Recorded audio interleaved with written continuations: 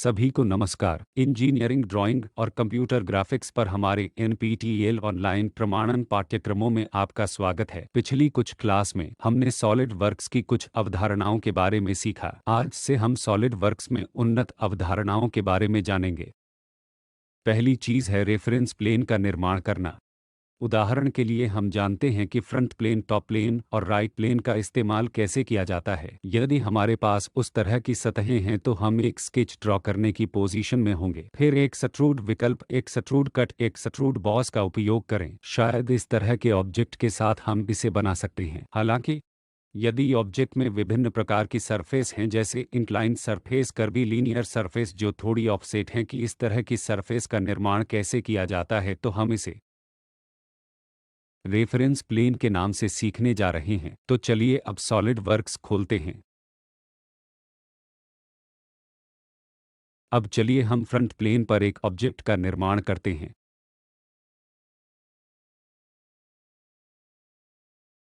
मैं inclined surface के साथ एल एंगुलर प्रकार के ब्रैकेट का निर्माण करूंगा। तो उस उद्देश्य के लिए मैं एक रेखा का उपयोग करने जा रहा हूं। शायद एक पॉइंट से वहां शुरू हो।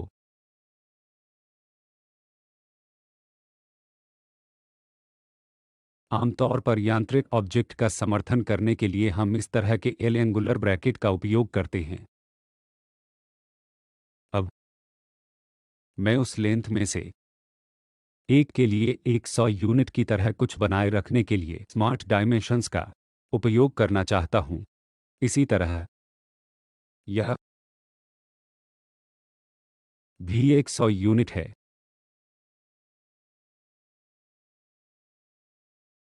अब यह साइड प्लेंज थिकनेस कंट्रोल और यह साइड प्लेंज थिकनेस, इसलिए पहले वाले को चुनें, कंट्रोल को दबाएं और दूसरे को चुनें। फिर इसे बराबर विकल्प बनाएं। ऐसा करने से जब भी मैं मोटाई के एक तरफ का डायमेंशन बदल रहा हूं तो दूसरी मोटाई भी उस प्रयोजन के लिए बदल जाती है। हम इस बराबर के सिंबल का उपयोग करने जा रहे हैं। तो अब स्मार्ट डायमेंशन पर जाएं, इस मोटाई को 10 यूनिट के रूप में बनाए रखें, तो दूसरा पक्ष भी उचित रूप से बदल जाता है। अब इस पूरी चीज को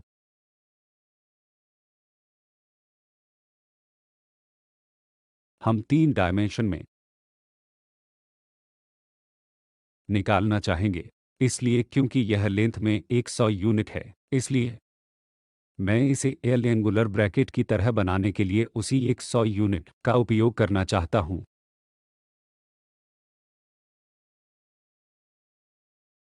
यह तरीका है। अब हम इस तरह के तीक्ष्ण किनारों को नहीं चाहते हैं। इसके लिए हम जो करने जा रहे हैं वह यह है कि हम चाप की तरह किसी चीज का उपयोग करते हैं और उन हिस्सों को हटा देते हैं। दूसरा तरीका इस छोटे कोनों को वास्तव में कम करने के लिए पट्टिका का उपयोग करना है। तो इसे चुनें और इसे भी चुनें। पट्टिका का उपयोग करें। यहाँ हम हमेशा उस पट्टिका का आकार 50 बढ़ा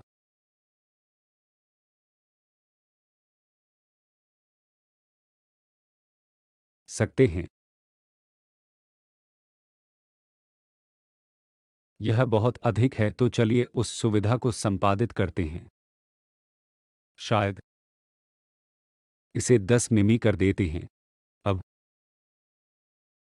सामान्य रूप से हम वृत्त ड्रॉ करते हैं।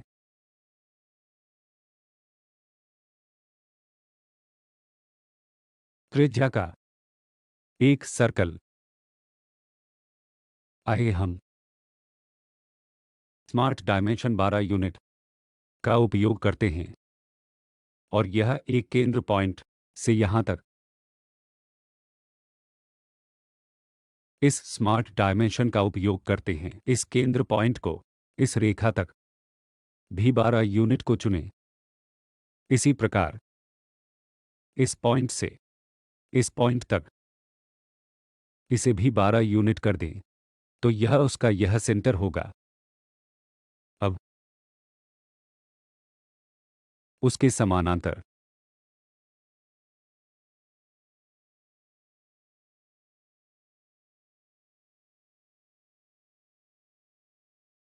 इसे चुनें। इस रेखा के बारे में मिरर करें, अप्लाई करें, तो 2 सर्कल हो गए हैं। अब हम इन कटे हुए हिस्सों को हटाने के लिए एक्सट्रूड विकल्प का उपयोग करेंगे, तो उस उद्देश्य के लिए इसे चुनें। विशेषताओं पर जाएं, एक्सट्रूड कट एक बार हो जाने पर ठीक है पर क्लिक करें। इसलिए हमारे पास ये छेद हैं जिनके माध्यम से हम असल में इन बोल्ट और नटों को रख सकते हैं। इसी तरह उस सतह के ऊपर हम सेंटर में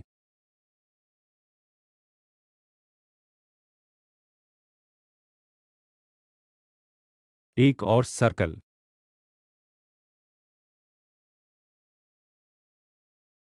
बनाते हैं। तो अब यह सेंटर रेखा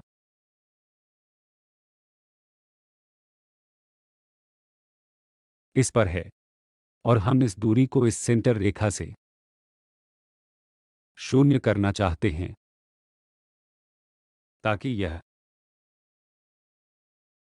स्थान सेंटर हो सके। अब इसे चुनें, फीचर्स पर जाएं। अब हम चाहते हैं कि एक शाफ्ट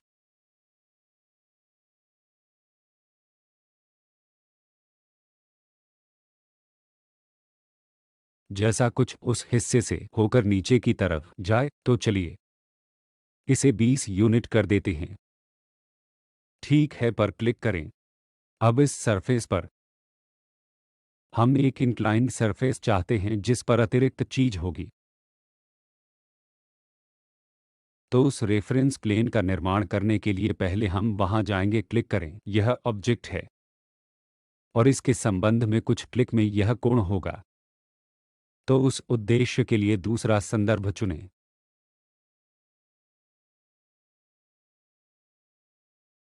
और इस कोण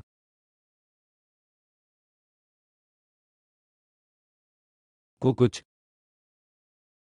315 डिग्री में बदलें। अब हमने जो किया है, क्योंकि हम उस इंक्लाइंड प्लेन पर एक ऑब्जेक्ट का निर्माण करना चाहते हैं, अगर मैं किसी भी front plane, top plane, side plane को चुनता हूं तो जो कुछ भी हो, मैं असल में उस इंक्लाइन पर कोई स्केच नहीं बना सकता। उस उद्देश्य के लिए क्या हम इस विमान के संबंध में कर रहे हैं, मैं एक और प्लेन का निर्माण करना चाहता हूं जो इस रेखा से गुजर रहा है। यह ऊपरी दिशा में हो सकता है, यह 315 डिग्री के बजाय नीचे की दिशा भी होगी। अगर मैं इसे 30 डिग्री करने जा रहा हूं तो यह नीचे चला जाता है। इसलिए किसी भी आर्बिट्रेरी एंगल पर मैं वास्तव में एक प्लेन का निर्माण कर सकता हूं। तो पहले हम 315 रखते हैं, ठीक है पर क्लिक करें। एक बार यह हो जाने के बाद उस प्लेन के अभिलंबवत किसी चीज का निर्माण करें। उदाहरण के लिए मैं यहां एक सर्कल का निर्माण करना चाहता हूं और इसमें 24 व्यास की इकाइयां होनी चाहिए और वहां से मैं उस रेखा से गुजरने वाली और इस रेखा के टेंजेंट के लिए एक और रेखा बनाना चाहता हूं। अब मैं आगे बढ़ूंगा, इस ऑब्जेक्ट को काटूंगा। ठीक है पर क्लिक करें, फिर इसे चुनें। यह रेखा, यह वाली, इस ऑब्जेक्ट को एक्सट्रूड करने के लिए बॉस बेस को एक्सट्रूड करें। अब यदि आप उस सरफेस के अभिलंबवत देख रहे हैं तो मैं एक प्लेन बना सकता हूं। अब हम इस पूरी निर्मित ऑब्जेक्ट को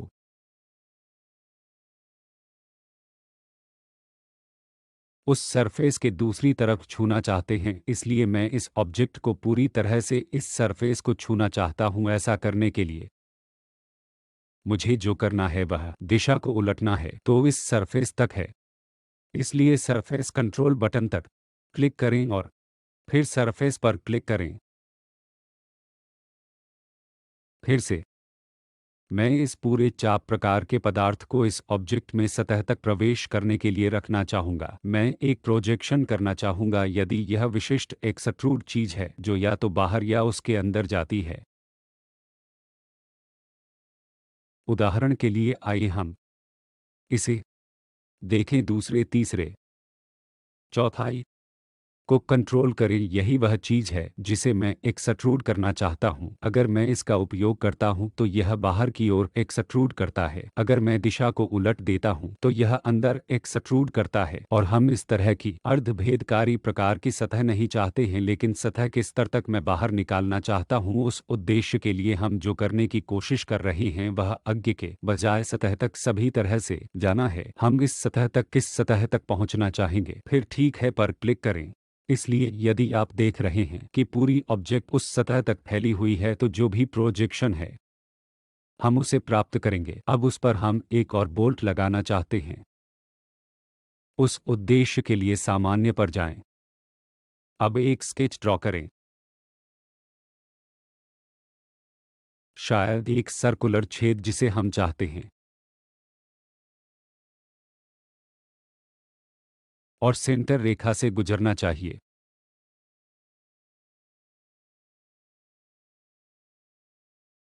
तो अब इस हिस्से को जूम इन करें। स्मार्ट डायमेंशन का उपयोग करें। पहले एक कंट्रोल बटन को चुनें। सेंटर रेखा, ठीक है पर क्लिक करें, फिर इसे शून्य करें।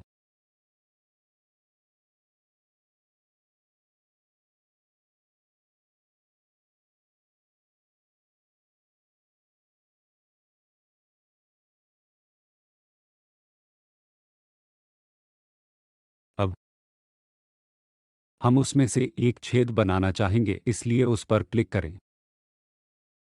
इस पर फीचर्स पर जाएं।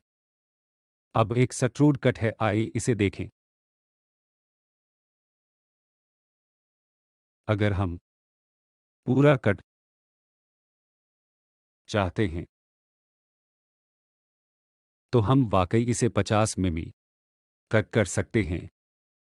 तो यह उस छेद से बाहर चला जाता है। ठीक है पर क्लिक करें। इसलिए एक छेद है जो उस पूरी ऑब्जेक्ट से होकर गुजर रहा है।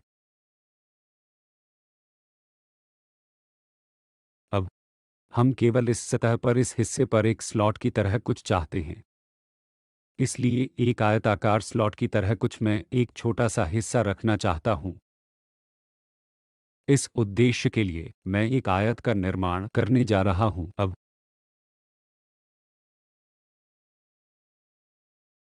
इस भाग का चयन किया गया है। हम चाहते हैं कि एक एक्सट्रूड कट हो, लेकिन मोटाई 50 तक ना हो। लेकिन 10 मिमी कट जैसा कुछ, मैं चाहूंगा कि 5 मिमी से कम हो। अगर आप देख रहे हैं तो स्लॉट जैसा कुछ है। अब मैं इस रेफरेंस प्लेन को नहीं देखना चाहता, हालांकि यह वहां है। मैं इसे छिपाना चाहता हूं, इसलिए उस उद्देश्य के लिए मुझे उस पर क्लिक करना होगा। वहां चश्मा जैसा कुछ है, उस पर क्लिक करें, रेफरेंस प्लेन छिप जाएगा। अब इस सतह पर मैं एक और हेक्सागोन प्रकार की चीज का निर्माण करना चाहूंगा, उससे गुजरने वाला इंक्लाइंड प्लेन। उसके लिए अगर मैं एक रेफरेंस प्लेन का निर्माण करना चाहता हूं तो पहले इस प्लेन का चयन करना होगा, रेफरेंस ज्योमेट्री पर जाना होगा, फिर इस रेखा के संबंध में इस सतह को चुनें। दूसरे रेफरेंस के लिए एक रेफरेंस प्लेन का निर्माण करें। उस पर क्लिक करें। अब कोण बदले, 315 डिग्री के बजाय मैं कोई 300 डिग्री रखना चाहूंगा।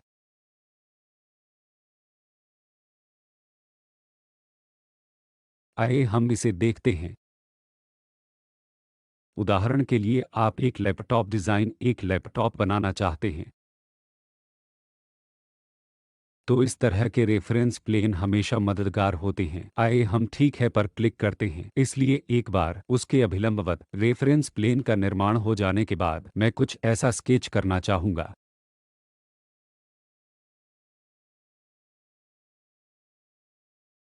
जो हेक्सागोन हो। अब मैं स्मार्ट डायमेंशन का उपयोग करना चाहूंगा। इस पॉइंट और इस पॉइंट को 20 यूनिट की दूरी पर होना चाहिए। अब उस सर्कल को हटा दें।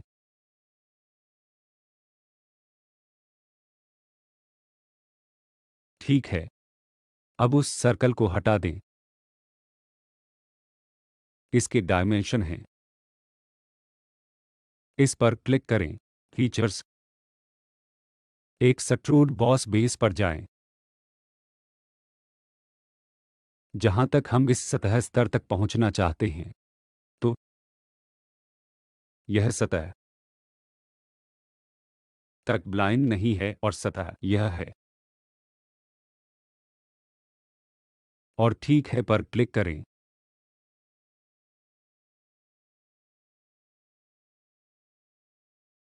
आइए इस भाग को जूम करें।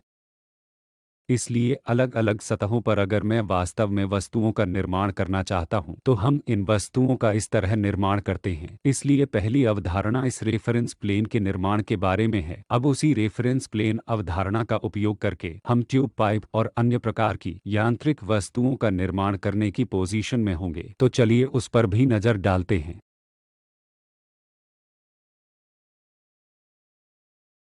तो फिर से नया भाग। ठीक है, अब फ्रंट प्लेन पर चलते हैं। आइए हम एक रेखा बनाते हैं जो शून्य से शुरू होती है।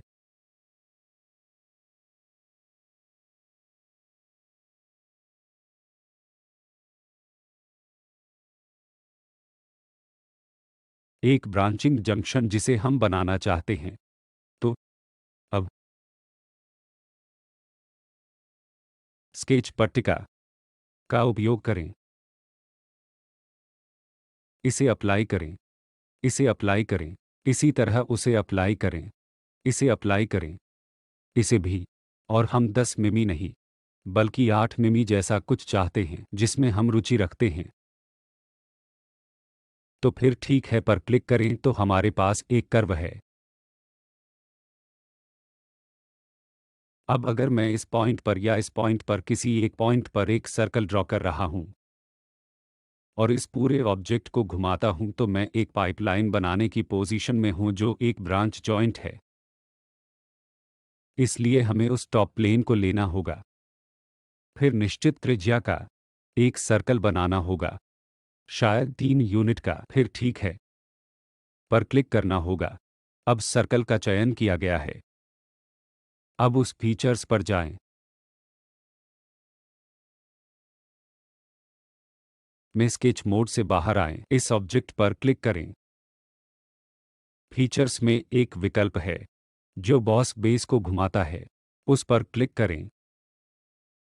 तो यह ऑब्जेक्ट और वह ऑब्जेक्ट है जिसे हम निश्चित अक्षीय रेखा के चारों ओर घुमाने जा रहे हैं। तो उस उद्देश्य के लिए यदि आप यहां देख रहे हैं तो नीला एक स्केच 2 है जिसे हमने सर्कल के रूप में हाईलाइट किया है। अब इस मैजेंटा पर क्लिक करें और फिर रेखा पर क्लिक करें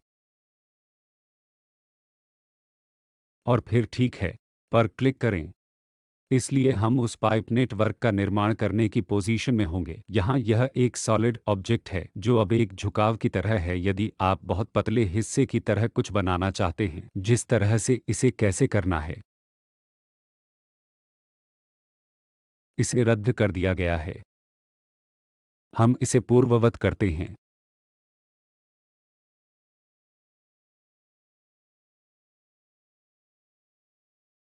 ठीक है, तो पहले इस सर्कुलर हिस्से का चयन करें। फिर इस रेखा पर जाएं। इस पर क्लिक करें। फिर पतले फीचर जैसा विकल्प है। इस 1 मिमी को 0.05 मिमी में बदलें और फिर ओके पर क्लिक करें।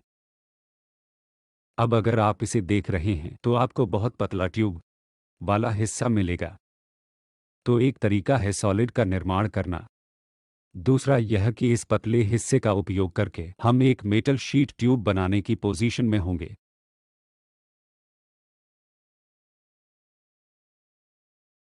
अगली क्लास में हम असेंबली से जुड़ी चीज़ों और इस सॉलिड वर्क्स का उपयोग करके ऑटोमेशन बनाने के तरीके के बारे में जानेंगे। आपका बहुत बहुत धन्यवाद।